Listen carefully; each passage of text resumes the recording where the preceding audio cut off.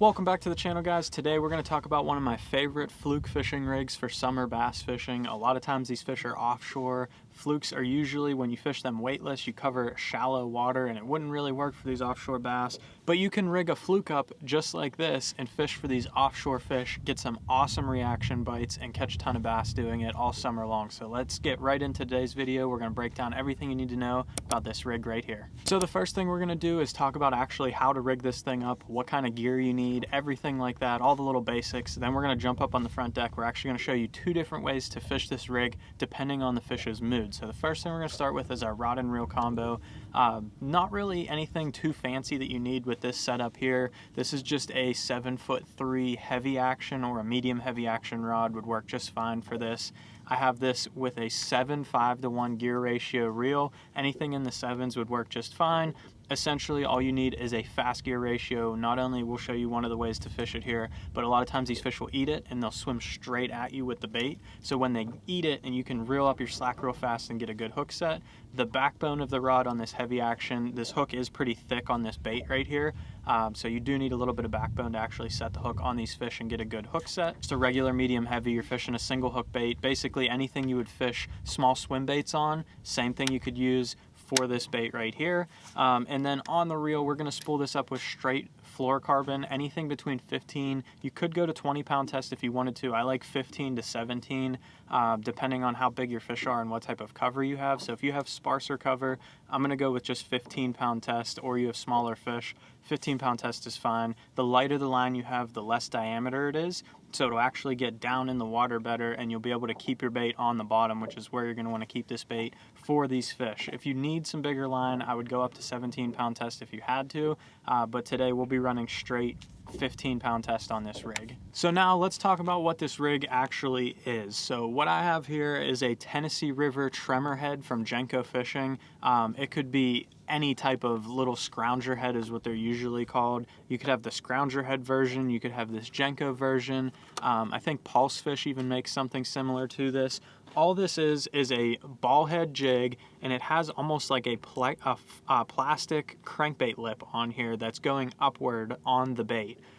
It's very soft and pliable, but that is going to give this bait a tremendous amount of action. You're basically, compare it to similar to like a naked chatterbait. If you just took a chatterbait and put a bait on it, that is kind of what the action you're gonna get.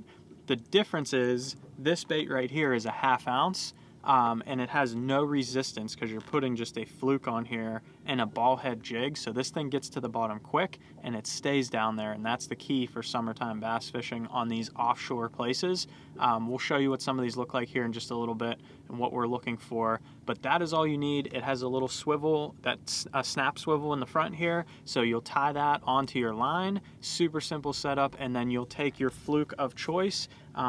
Today I'm going to be using the 6th Sense version, so I have the 6th Sense Flush. Have two different colors here that I usually use, any type of like a natural baitfish color, and then a solid white, depending on your water clarity, what the fish are feeding on, what the shad look like. Today we have kind of clear water, kind of calm conditions, and we're just going to use the natural baitfish color. So this is actually threadfin shad, and then this is a shad pearl if you wanted to get any of these right here. If you want to get any 6th Sense baits, if you use my discount code Quince, you'll save 10% on your whole order, and you'll be helping out the channel a ton. You could use a regular fluke as well. It doesn't really matter what you put on here. All you want is something with a straight tail. You don't want to put a swim bait or anything like that on here. This bait will do the action itself. You do not need anything in the tail to cause this to have action. So I just thread this straight up on the hook shank here, leave the hook exposed, just like you're rigging up a swim bait. That's all this is. You're basically doing a swim bait, but it's a little bit different look, and we'll talk about that here shortly. So then once you tie that on, you're pretty much good to go. That's as simple as this rig is. You thread one on, tie it up to your rod. You need no other terminal tackle, anything like that. It's just a jig head with a fluke on it. So let's jump up on the front deck and we'll show you what we're looking for here. So now that we talked about how to rig up this fluke rig, let's talk about where we want to fish it, and most importantly, how we want to fish it. Like I said, we're going to talk about two different ways to do it here. This bait has a tremendous amount of action in the water. It'll basically flail side to side like this because that's what that big head is doing. It'll turn side to side, so it'll make the fluke go side to side, and the tail will wiggle while you do it. So it gives it a tremendous amount of action. It makes it look really cool in the water, really like a dying shad, and can get you a ton of bites. So what I'm looking for today is areas where these fish are going to feed on shad in the summertime, which are offshore spots, typically hard bottom areas. So we have one here. It could be rock, it could be shell, not really sure what it is, but it's hard bottom. I've thrown Carolina rigs down there and been able to feel what it feels like. And then there's some bait around, so they're going to feed on shad in this type of area. So all we're going to do is line up where we want to fish this bait, and then we're going to go ahead and show you a couple ways to fish this thing here. Basically anywhere you'd throw a deep diving crankbait is a perfect place to throw this guy right here. If they'll eat a deep diving crankbait, they will eat this bait. It's just a way to fire them up and potentially get some more bites that you might not get on a deep diving crankbait. If everyone else is throwing a deep diving crankbait, this is something you can throw that's just a little bit different. So first thing we're going to do is fire this thing out there. We're going to make a long cast onto this hard spot. 1/2 ounce bait on a 7.3 heavy. This thing casts far, so you can get a very long cast on this bait right here. And then all I'm going to do is let this thing sink to the bottom. So I'm going to watch my line. Now I'm on the bottom. The first way you're going to fish this is just a slow, steady retrieve down there on the bottom, almost like you're fishing a swim bait, or I fish a lot of finesse swim baits for smallmouth in the fall.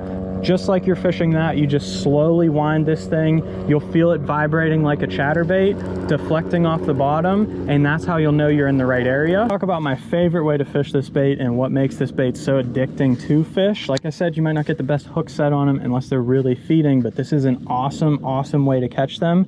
It is the most aggressive bite you will ever get, and all you're gonna do is fire this thing out onto your hard spot that you're fishing.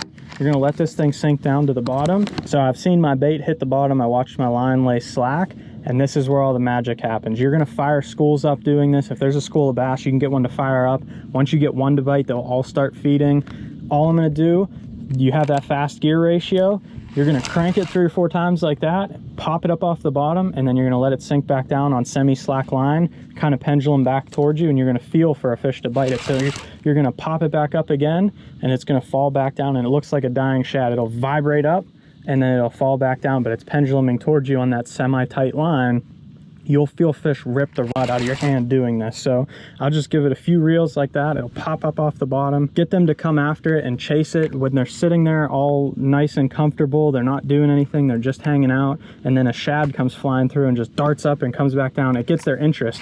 Even if they don't think it's real or they're not in the mood to feed, whatever, just that sudden action of it darting up off the bottom and falling back down, that's going to cause them just to pique their interest and go over there and take a look at what it is. And if you get one to bite, you might be able to get the whole school to bite. So it's as simple as sitting it on the bottom, and then you just crank your reel a few times hard. It'll pop it up off the bottom, and then you watch your line on the way down and see if one grabs it.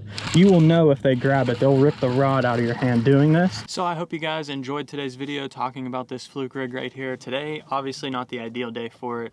Pretty slick calm, not a lot of action going on, but if you have some wind, you have some aggressive fish that are schooling up, this is an excellent way to fire them up and get a bunch of bites. If you want to see another video on how to fish flukes 3 different ways, go ahead and check this video out right here. Show you some other fluke rigs that could help you out all summer long as well. If you enjoyed today's video, leave a like down below. Make sure you hit the subscribe button, and thanks for watching.